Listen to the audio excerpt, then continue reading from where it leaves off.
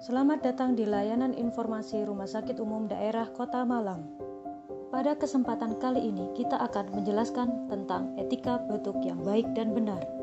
Etika batuk yang salah. Tidak menutup mulut dengan apapun.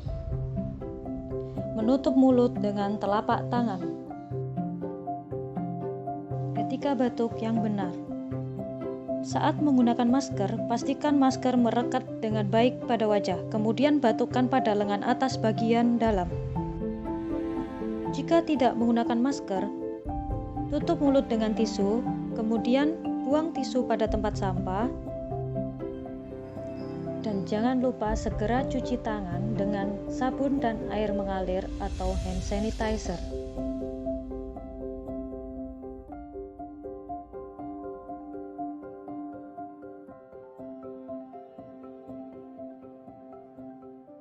Terima kasih, semoga sehat selalu.